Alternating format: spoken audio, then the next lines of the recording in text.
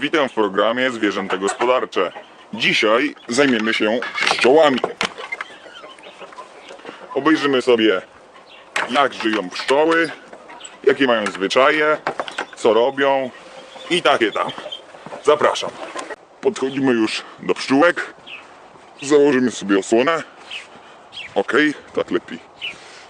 Jak widać, jestem wyposażony w strój pszczelarza, rękawice, obowiązkowo siatka, żeby pszczoły nie pogryzły mnie po twarzy. Tutaj osłona na szyję i jesteśmy już gotowi.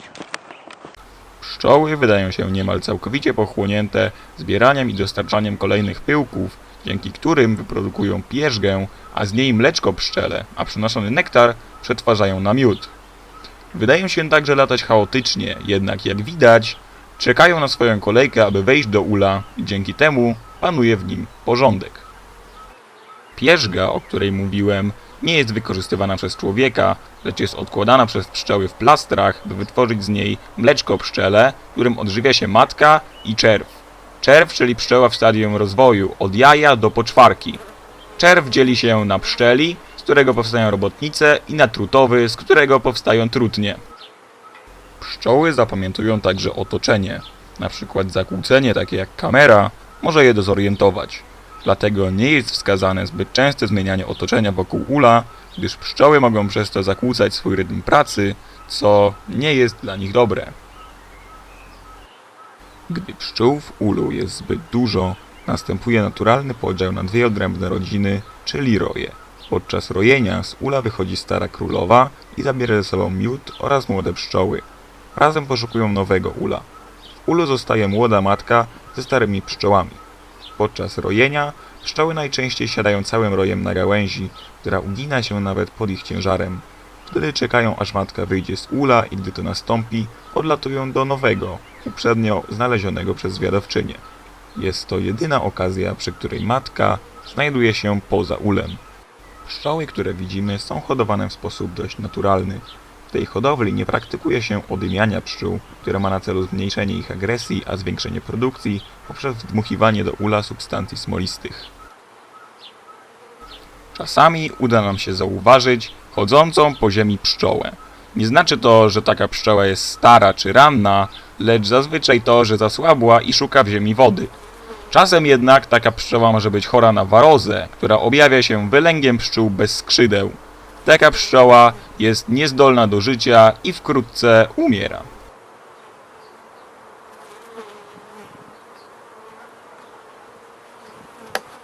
Wróćmy jednak do ula i pomówmy nieco o miodzie. Miód, który produkują pszczoły, jest im potrzebny do wyżywienia roju. Dlatego niewłaściwym podejściem jest czysto handlowe myślenie o nim. Aby i wilk był syty, i owca cała, do ula należy dołączyć tak zwaną nadstawkę. W nadstawce znajdują się dodatkowe ramki i właśnie z tego, co znajduje się w takiej łatwej do wyjęcia nadstawce, należy korzystać. Miód, który znajduje się w dolnej części ula, powinniśmy zostawić pszczołom, gdyż na samym cukrze pszczoły nie przezimują tak, jak na własnym miodzie. Miód po wyjęciu z ramek musi być wyczyszczony i przemieszany i dopiero wtedy jest gotowy do spożycia. Widzimy, że na wylotce znajduje się drewienko, które służy do zamknięcia wyjścia z ula w sytuacji, gdy chcemy ul przenieść lub przetransportować pojazdem. Drewienkiem można też zmniejszyć wylotkę, by na przykład zimą nie została zasypana. Zazwyczaj jednak nie zostawia się wylotki, co pozostawia pszczołom przestrzeń do manewru.